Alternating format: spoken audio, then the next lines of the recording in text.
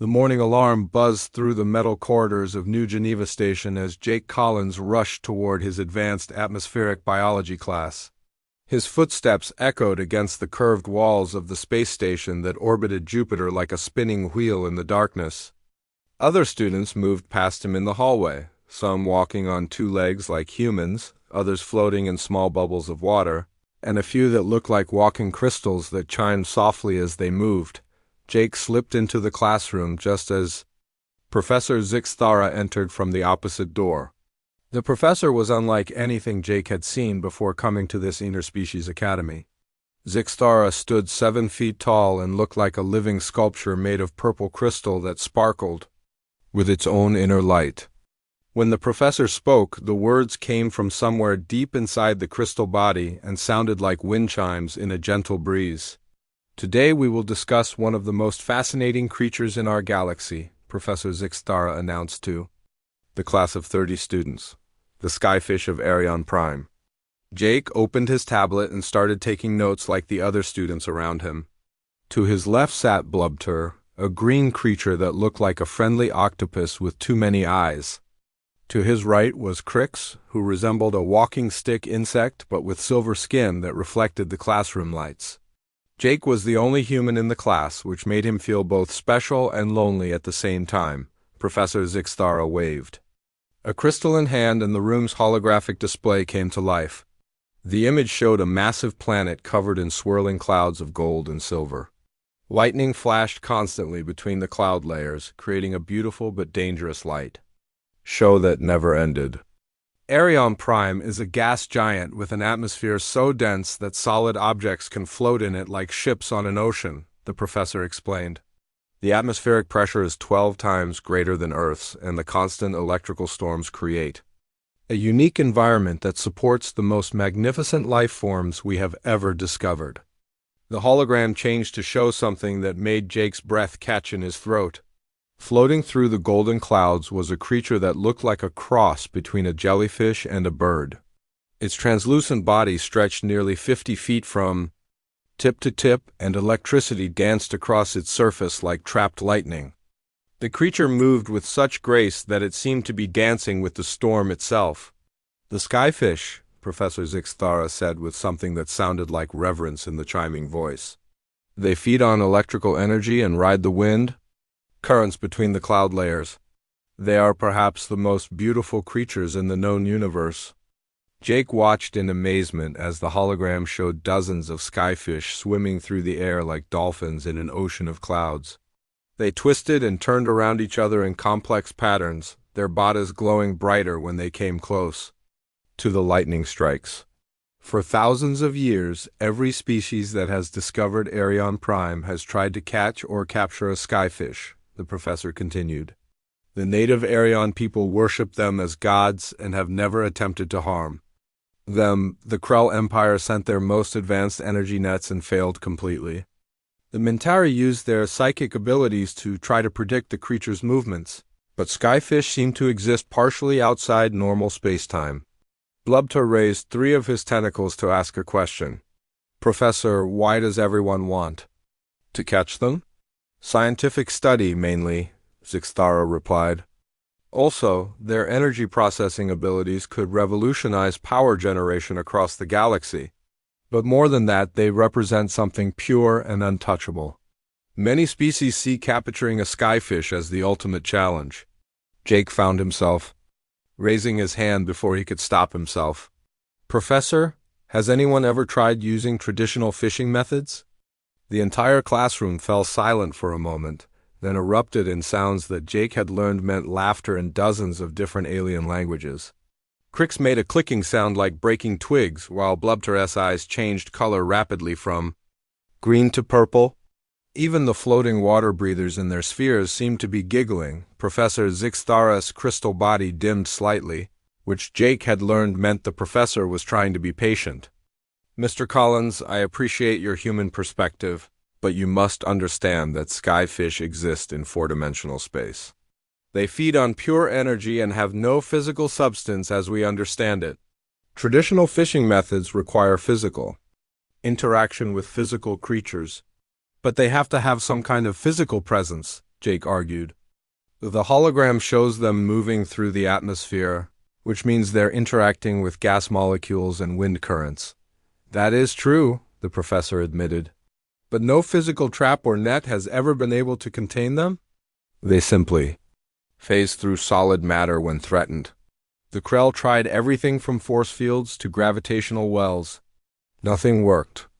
Jake stared at the hologram, watching the skyfish dance through the lightning storms. Something about their movement patterns reminded him of something from back home on Earth, but he couldn't quite put his finger on what it was. The point is, Professor Zixthara concluded that skyfish represent one of the few truly impossible challenges in the universe. They are meant to be observed and admired, not caught or contained. Sometimes we must accept that there are limits to what any species can achieve. After class, Jake walked slowly back to his dormitory, his mind still focused on the images of the skyfish. He shared a small room with Lisa Park, another human student who was studying quantum engineering. Lisa was sitting at her desk working on equations when Jake entered. "You look like someone stole your lunch money," Lisa said without looking up from her calculations. "We learned about skyfish today," Jake replied, sitting heavily on his narrow bed. "Professor Zixthara says they're impossible to catch." "So?" Lisa finally turned around to face him. "Lots of things are impossible. That's what makes them interesting." Jake pulled out his tablet and showed her the recordings from class. Lisa watched the skyfish swimming through the storm clouds, her expression growing more thoughtful. "They're beautiful," she said softly. "But I can see why you'd want to figure out how to catch one. You always were stubborn about impossible things." "It's not about being stubborn," Jake said. "It's just that everyone seems to be thinking about this wrong. They're all using advanced technology and energy fields and psychic powers, but what if the solution is simpler?" Lisa raised an eyebrow. "Simpler how?" Jake stood up and started pacing around their small room. "Look at how they move. They ride the wind currents, they're attracted to electrical storms, and they seem to be curious about things that move in patterns similar to their own flight." "Okay, so what are you thinking?" Thinking about fishing back home. Not with nets or traps, but with lures. Something that moves like prey but isn't actually prey." Lisa stared at him for a long moment. "Jake, you're talking about creatures that exist in four-dimensional space and feed on pure energy. You can't just dangle a worm in front of them." "Maybe." "Not a worm," Jake said, his excitement growing. "But what about something that moves through the air like they do? Something that dances with the wind and carries electrical charge?" "You're talking about a kite," Lisa said slowly. "I'm talking about a kite," Jake confirmed. Lisa was quiet for a moment, then shook her head. "Jake, you're crazy." Professor Zixthara just told you that the most advanced species in the galaxy have tried everything. You think you can succeed with a kite? "I think they've all been trying to overpower the skyfish," Jake said. "But what if instead of trying to trap them, we try to dance with them?" Lisa looked at him with a mixture of concern and admiration. "You're really serious about this, aren't you?" "Dead serious," Jake replied. "I'm going to catch a skyfish." Jake spent the next 3 days buried in the station's massive digital library, reading everything he could find about skyfish and Arion Prime.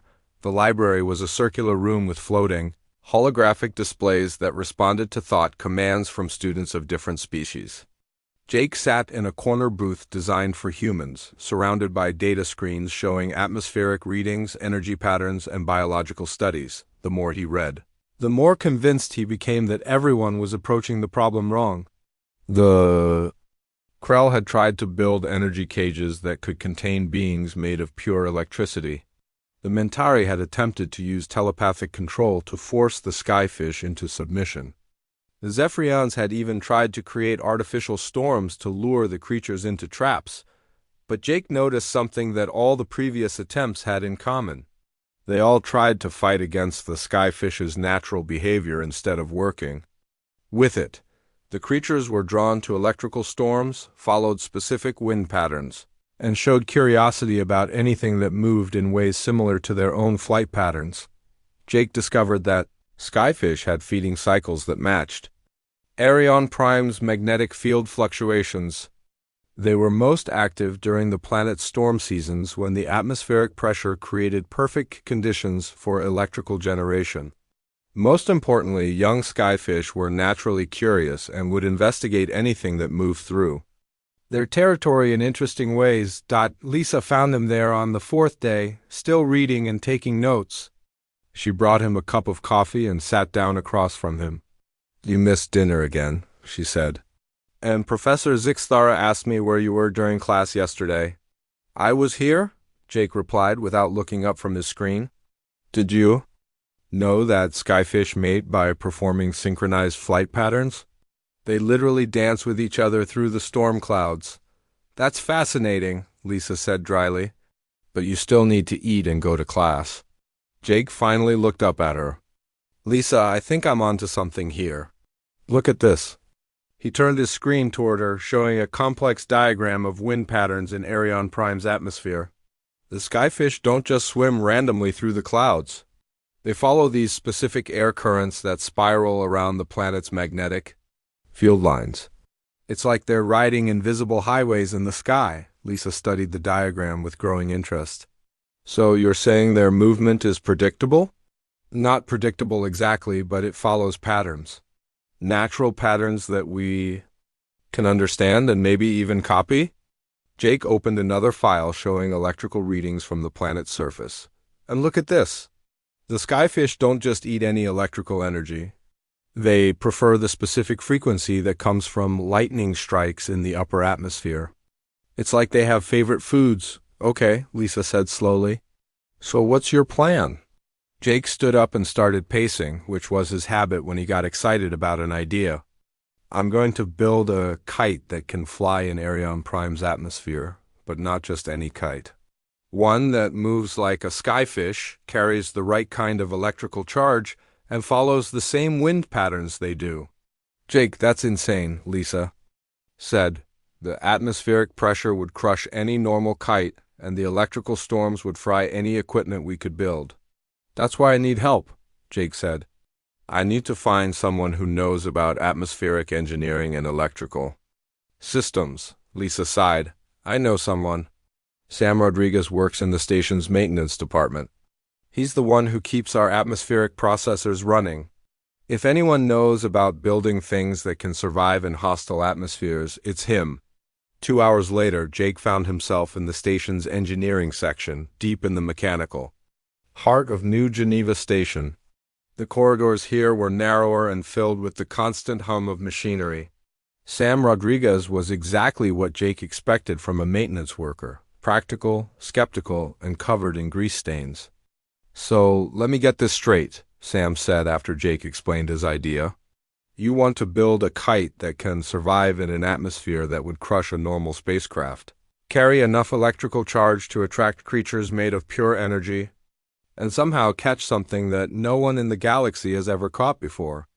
"That's right," Jake said. Sam stared at him for a long moment, then started laughing. "Kid, I like your style. It's completely crazy, but I like it. Show me what you've got." Jake spread out his research on Sam's workbench. The older man studied the atmospheric data and electrical readings with the eye of someone who had spent years making impossible things work. "You know," Sam said after a while, "this might actually be possible. The atmospheric pressure is a problem, but if we build the kite frame from the same materials we use for the station's hull, it might hold up. And the electrical storms could actually help us if we design the kite to channel the energy instead of fighting it." "So you'll help me?" Jake asked. "Hell yes, I'll help you," Sam replied. "I've been working on this station for 15 years, and this is the first interesting project anyone's brought me." "When do we start?" They started immediately. Sam showed Jake to a small workshop where they could work on the project without attracting attention from the station's administration. The workshop was filled with spare parts, tools, and half-finished projects that Sam worked on in his spare time. "First thing we need is a frame," Sam said, pulling out sheets of lightweight metal. "This is the same stuff they use for emergency hull patches. It's strong enough to hold together under pressure, but flexible enough to bend without breaking." "Jake, watched as Sam began cutting and shaping the metal into a basic kite frame. It was much larger than any kite Jake had ever seen, with a wingspan of nearly 10 feet and a complex internal structure that looked more like the skeleton of a bird than a traditional kite. "Now for the fun part," Sam said. "We need to make this thing attractive to skyfish. From what you've shown me, they're drawn to things that move like they do and carry the right kind of electrical charge." Jake had been thinking about this problem for days. What if we add strips of bioluminescent material that pulse in patterns similar to their mating displays? And we could design the frame to build up electrical charge as it moves through the atmosphere. "That's good thinking," Sam said. "I've got some bioluminescent strips left over from the last time we had to repair the station's exterior lighting. And if we add conductive elements to the frame, it should pick up charge from the atmospheric electricity." They worked through the night, building and testing different components. Jake learned more about electrical engineering in those few hours than he had in all his previous classes combined. Sam was a natural teacher, explaining complex concepts in simple terms and showing Jake how to use tools he had never seen before. By morning, they had a prototype frame that could hold together under simulated atmospheric pressure and generate a small electrical charge when moved through the air. It wasn't perfect, but it was a start. "The next step is the trailing mechanism," Sam said. "If you want to actually catch a skyfish, you need something that can hold on to it without scaring it away." Jake had been thinking about this too. "What?" "About a net made from something that's almost invisible? Something that feels natural to them?" "I might have just the thing," Sam said, digging through a box of materials. "Crystallized spider silk from Vega Prime. It's nearly invisible and incredibly strong, but it feels like natural fibers instead of artificial materials." Jake held up a strand of the silk. It was so thin he could barely see it, but when he tried to break it, the material held firm. "This is perfect. We can weave it into a net that trails behind the kite." "Now you're thinking like an engineer," Sam said with approval. "But we need to be careful about the design. If the net is too obvious, the skyfish will avoid it. If it's too subtle, it won't work." They spent the next week refining the design. Jake continued going to classes, though he found it hard to concentrate on anything other than his project. Professor Zixthara noticed his distraction during a lecture about energy-based life forms. "Mr. Collins," the professor said, interrupting Jake's sketching, "perhaps you could share with the class what you find more interesting than the feeding habits of plasma elementals." Jake looked up to find the entire class staring at him. "I was just thinking about skyfish, Professor. About why no one has ever caught one." Professor Zixthara crystalline form dimmed slightly. "Mr. Collins, we have already discussed this. Skyfish cannot be caught through physical means. I'm assigning you additional research on the theoretical impossibility of physical interaction with energy-based life forms. Perhaps that will help you understand why your human stubbornness is misplaced." Jake accepted the assignment without argument, but he had no intention of abandoning his project.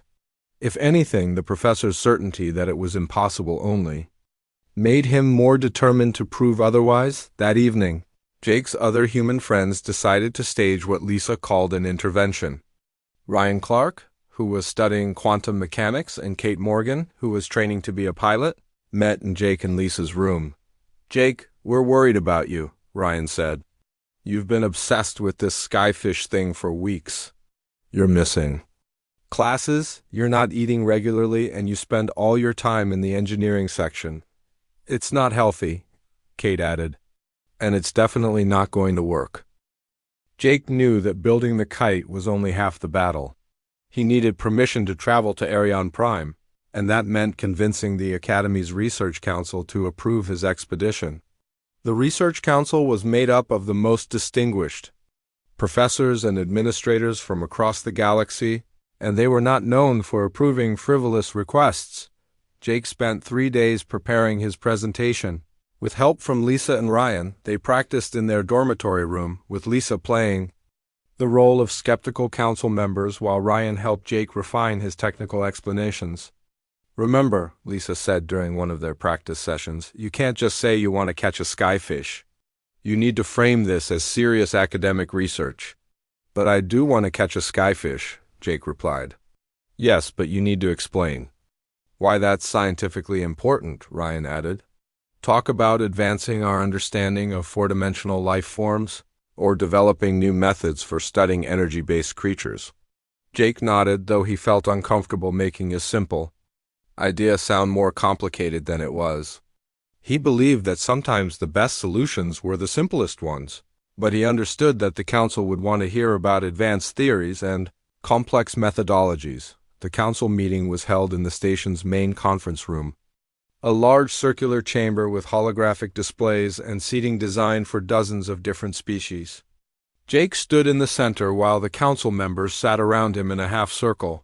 Chancellor Gloopter, a large amphibious being with skin like a wet seal, presided over the meeting. Mr. Collins? Chancellor Gloopter said in a voice that sounded like bubbles popping. You have requested permission to travel to Arion Prime for what you call a field study in atmospheric biology.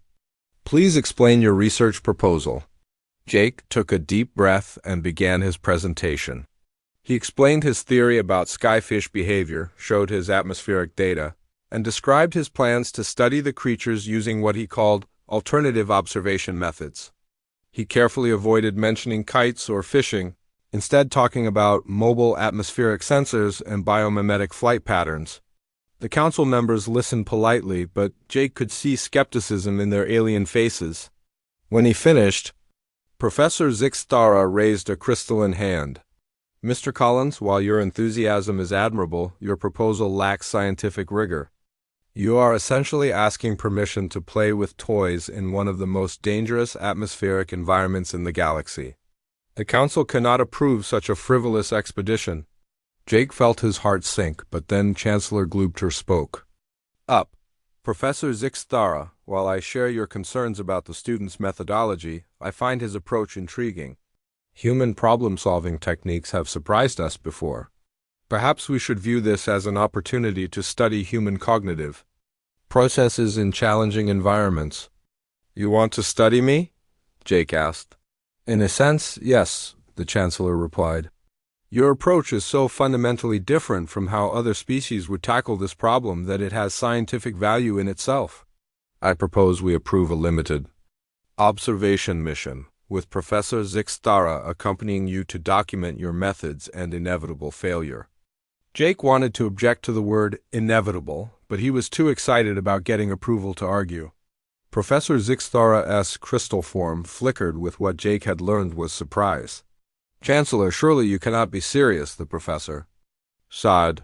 This is a waste of resources and potentially dangerous.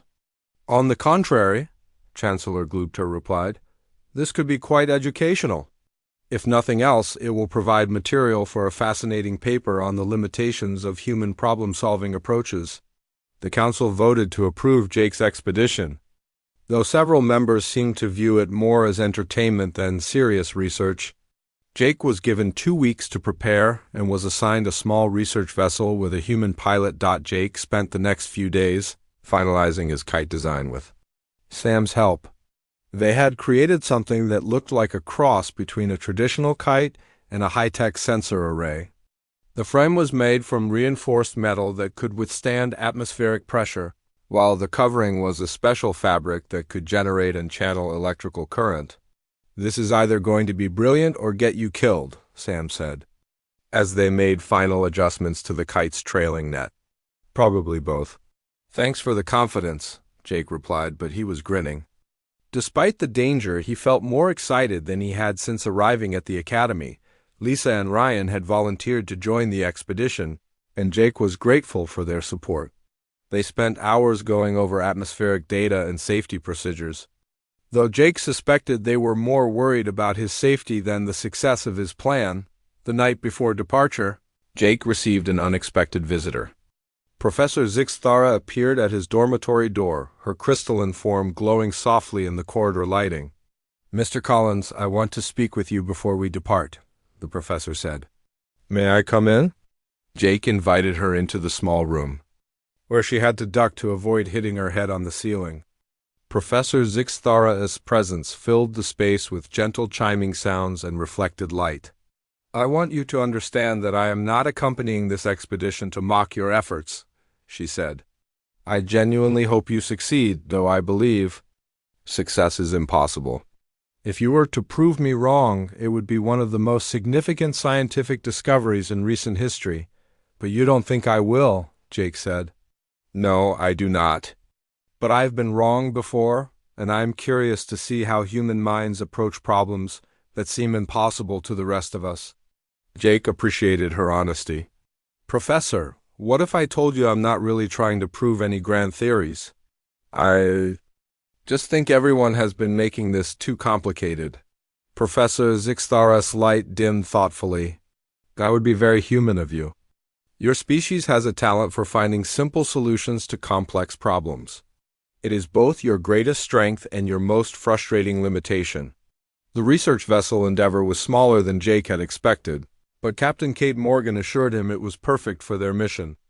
Captain Morgan was a woman in her 40s with graying hair and the confident manner of someone who had spent years flying through dangerous space. "I've been to Arion Prime twice before," she told Jake as they prepared for departure. "Both times where cargo runs to the research stations in orbit. I've never been crazy enough to actually go into the atmosphere." "Is it really that dangerous?" Jake asked. "Kid, the atmospheric pressure would crush you like a grape if our ship's hull failed. The electrical storms can fry electronic systems from 100 miles away. And that's not even mentioning the skyfish themselves." "What about the skyfish?" Captain Morgan smiled.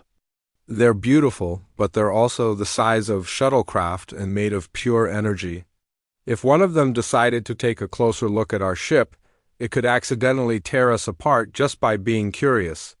The journey to Arion Prime took 3 days, during which Jake continued refining his kite design. The ship's small workshop wasn't as well equipped as Sam's facility, but it had everything he needed to make final adjustments. Professor Zixthara spent most of the journey working on what she called her documentation project. She interviewed Jake about his methods, recorded his work sessions, and created detailed analyses of his decision-making processes. "This is fascinating," she told him during one of their conversations. "You are approaching this problem with an intuitive understanding that bypasses traditional logical frameworks. It is very difficult for me to understand, but I can see the internal consistency of your approach." "You make it sound more complicated than it is," Jake said. "I'm just trying to think like a skyfish." "And that is exactly what makes your approach so alien to the rest of us," Professor Zixthara replied. "We try to impose our understanding on the creatures we study. You are trying to understand them on their own terms." On the second day of the journey, Jake made a crucial modification to his kite design. He added bioluminescent strips that could pulse in patterns similar to the skyfish mating displays he had studied. The strips were programmed to respond to the kite's movement and electrical charge, creating a dynamic light show that would change based on atmospheric conditions. "That's actually pretty clever," Lisa said, watching the strips flash in complex patterns. "If skyfish are attracted to their own kind, this might make your kite irresistible to them." "That's the idea," Jake said, "but I'm also worried it might be too obvious. If they realize it's artificial, they might avoid it." Ryan had been working on the kite's control systems, designing a way for Jake to pilot it remotely from the safety of the ship. "The atmospheric interference is going to make this tricky," he said. "We'll need to use a combination of radio signals and light pulses to maintain control." Captain Morgan spent the journey studying atmospheric data and planning their approach to the planet. "The good news is that we're arriving during storm season," she said. "The skyfish will be most active, which gives us the best chance of finding them." "What's the bad news?" Jake asked. "Storm season means the atmospheric conditions will be at their most dangerous. We'll have maybe a 6-hour window to conduct your experiment before the electrical activity becomes too intense for our ship to handle." The Endeavour shook violently as it entered Arion Prime's atmosphere, the hull groaning under the immense pressure.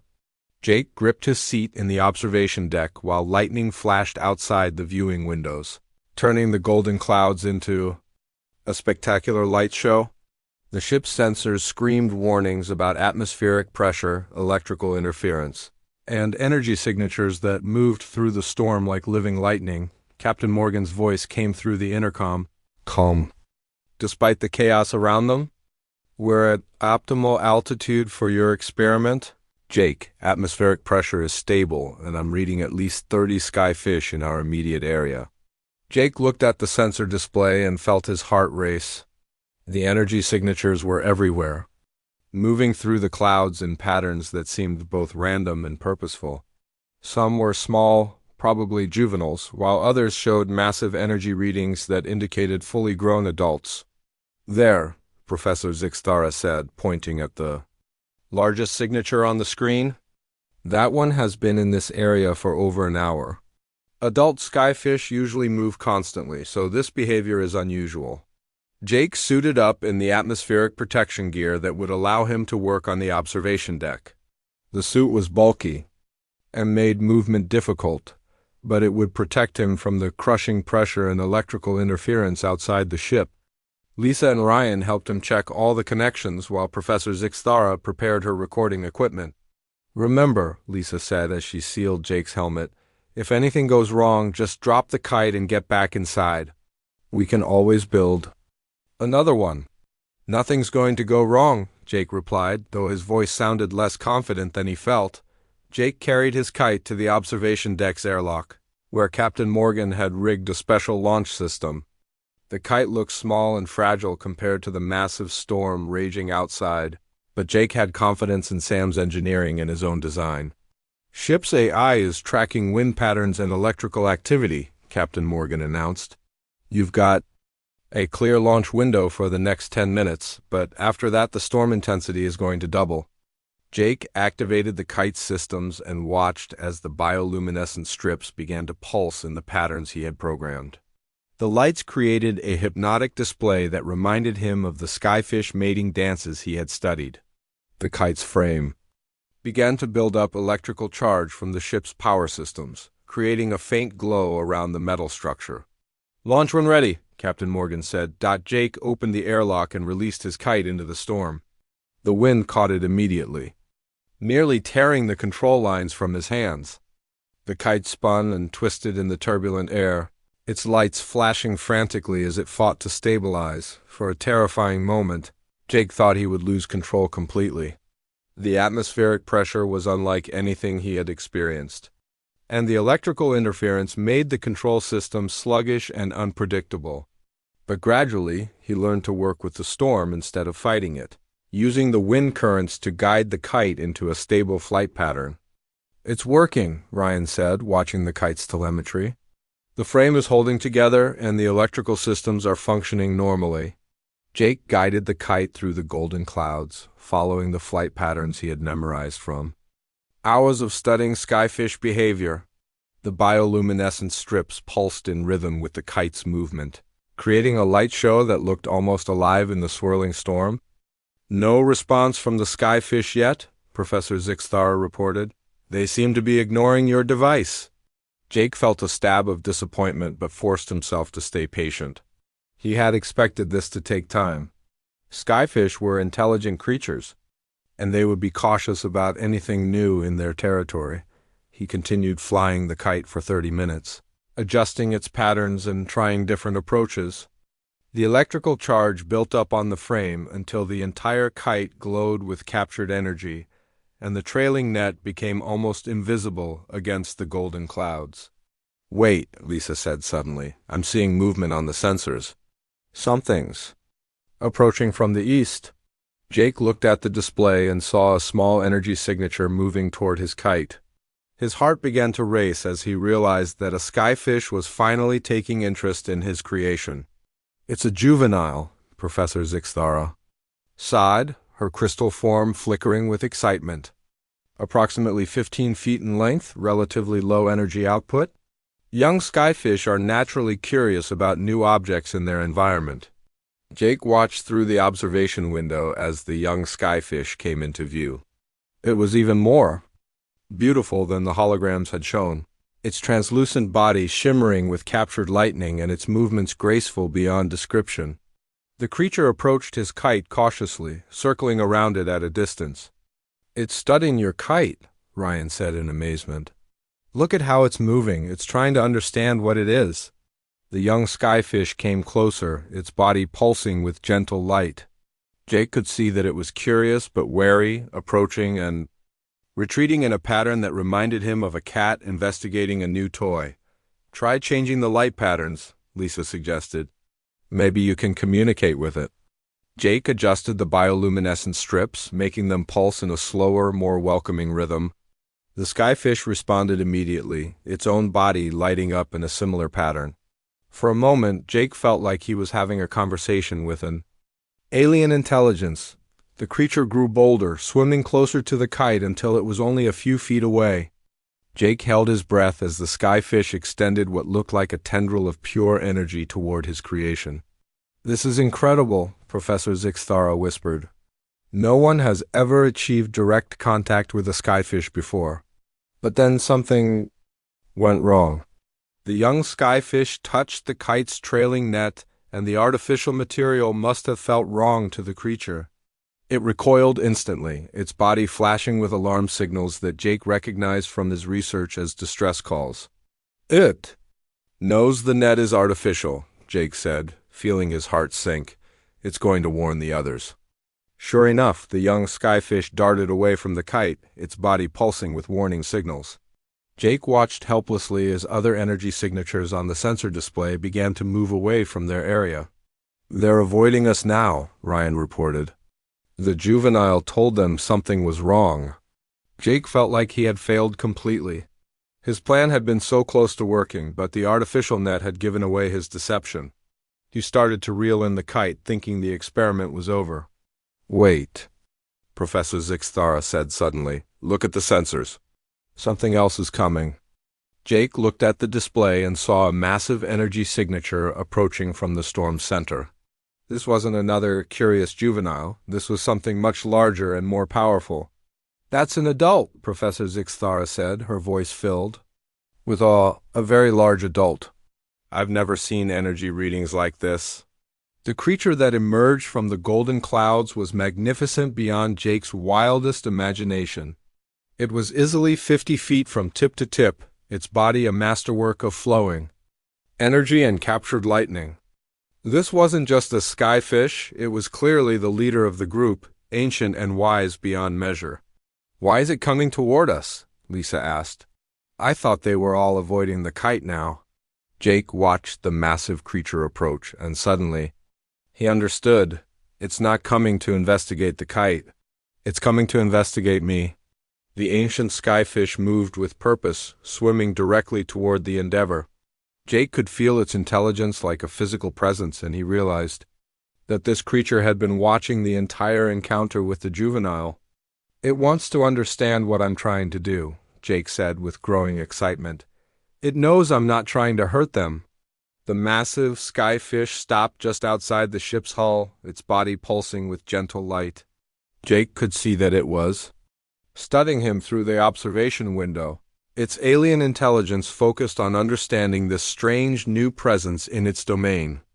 "This is unprecedented," Professor Zixthara said, her voice barely a whisper. "It's making direct contact with the ship. The energy readings are off the charts." Jake made a decision that would have seemed in anyone else. He began to fly. His kite in a new pattern, not trying to lure or trap the skyfish, but simply dancing with it through the storm. He moved the kite in graceful arcs and spirals, following the same rhythms he had seen in the creature's natural behavior. The ancient skyfish watched for a moment, then began to move in response. Its massive body flowed through the clouds in perfect harmony with Jake's kite, creating a dance between human technology and alien intelligence that had never existed before. "They're dancing together," Lisa said in amazement. "Jake, you're not trying to catch it anymore. You're dancing with it." Jake realized she was right. Somewhere in the process, his goal had changed from capture to communication. He wasn't trying to trap a skyfish anymore. He was trying to understand one. The dance continued for several minutes, with the ancient creature teaching Jake the proper rhythms and movements while Jake shared his own creative interpretations. It was a conversation without words, a meeting of minds across the vast gulf between species, but then the storm began to intensify, and Captain Morgan's voice came through the intercom with urgent warnings about electrical activity and atmospheric pressure. The storm around them grew more violent with each passing minute, and Jake knew he was running out of time. The ancient skyfish continued to dance with his kite through the golden clouds, but Captain Morgan's warnings about atmospheric pressure and electrical activity were becoming more urgent. "Jake, we need to leave in the next 10 minutes, Captain Morgan announced through the intercom. "The storm is building to dangerous levels, and our hull won't be able to handle much more pressure." Jake looked at the magnificent creature moving through the clouds beside his kite, and he made a decision that surprised even himself. Instead of trying to capture the skyfish, he began to modify his approach entirely. He realized that his original goal had been wrong from the beginning. "Professor Zixthara," Jake said, without taking his eyes off the dancing creature. "What? If catching a skyfish was never the real challenge?" "What do you mean?" the professor replied, her crystalline form flickering with confusion. "What if the challenge was understanding them?" Jake continued. "Everyone who's tried to catch skyfish has been thinking about them as objects to be captured or studied. But what if they're not just animals? What if they're intelligent beings who choose not to be caught?" Jake began to fly his kite in a completely different pattern, one that he had never planned or practiced. Instead of following the hunting patterns he had designed, he let himself move with pure instinct, responding to the skyfish's movements. Like a partner in an improvised dance, the ancient creature seemed to understand the change immediately. Its movements became more elaborate and expressive, as if it was trying to teach Jake something important about the nature of flight and freedom. "The energy readings are changing," Ryan reported. "The skyfish is generating different frequencies now. It's almost like it's trying to communicate something." Lisa watched the sensor displays with growing excitement. "Jake, I think it's showing you how to really fly in this atmosphere. Look at how it's using the electrical currents and wind patterns." Jake felt something click in his mind as he watched the skyfish move through the storm. The creature wasn't just flying through the atmosphere, it was part of the atmosphere itself, using every current and electrical charge as an extension of its own body. He began to adjust his kite's flight pattern to match what the skyfish was teaching him. Instead of fighting against the storm, he learned to ride with it, using the electrical charges to lift the kite higher and the wind currents to carry it farther than should have been possible. "This is incredible," Professor Zixthara said, her voice filled with wonder. "You're not controlling the kite anymore. You're becoming part of the storm system itself." The ancient skyfish seemed pleased with Jake's progress. It moved closer to the kite, its massive body glowing brighter as it approached. Jake held his breath as the creature extended what looked like a tendril of pure energy toward his creation. But instead of recoiling from the artificial materials like the juvenile had done, the ancient skyfish gently wrapped its energy around the kite's frame. For a moment, Jake felt a connection that went beyond anything he had ever experienced, a direct link between his mind and an alien intelligence that had been dancing through storms for thousands of years. "Jake," Lisa said softly, "I think it's trying to take you somewhere." The skyfish began to guide the kite deeper into the storm, moving toward the planet's core where the electrical activity was most intense. Jake followed willingly, trusting the creature's knowledge of its own environment. They flew together, through corridors of lightning and clouds that sparkled with their own inner light. Jake saw things that no human had ever seen before: crystal formations that grew in the upper atmosphere, colonies of smaller energy beings that lived in the electrical fields, and patterns of beauty that existed only in the heart of the storm. "The readings are off the charts," Ryan reported. "You're in the deepest part of the atmospheric system. The pressure and electrical activity should be destroying your kite, but somehow it's holding together." Jake realized that the skyfish was protecting his kite, sharing its own energy field to keep the human technology functioning in conditions it was never designed to handle. The creature was showing him trust beyond anything he had hoped for. "It's bringing us to the others," Professor Zixthara said in amazement. "Look at the sensor readings. There are hundreds of skyfish gathering around your position." Jake looked.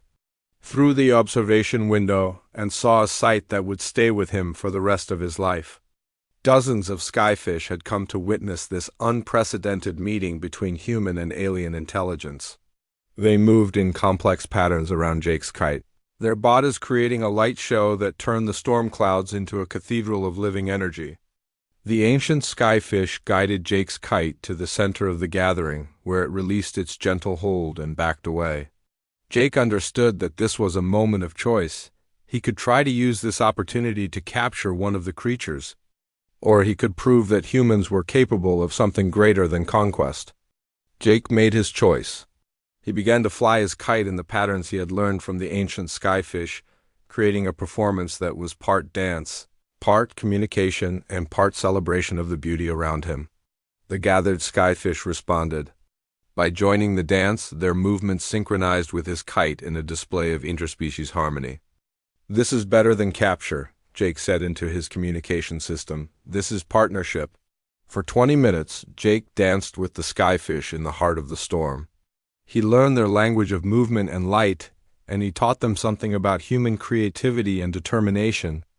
When Captain Morgan finally announced that they had to leave immediately or risk being trapped in the storm, Jake felt like he was saying goodbye to family. The ancient skyfish seemed to understand that Jake had to go. It approached the kite one final time and gently guided it back toward the Endeavor, escorting Jake safely through the most dangerous parts of the storm. As Jake reeled in his kite, the skyfish performed what he recognized as a farewell dance, their bodies creating patterns of light that seemed to say, "Thank you," and "Come back soon," in a language older than words. "Jake," Professor Zixtaro said as the Endeavor began its ascent toward space, "you didn't catch a skyfish?" "No," Jake replied, carefully stowing his kite in the workshop. "I did something better. I made friends with them." The journey back to New Geneva Station passed in a blur of debriefings and data analysis. Professor Zixtara spent hours reviewing the recordings of Jake's interaction with the skyfish, her crystalline form flickering with excitement as she analyzed the implications of what they had witnessed. "This changes everything we know about interspecies communication," she told Jake during one of their conversations.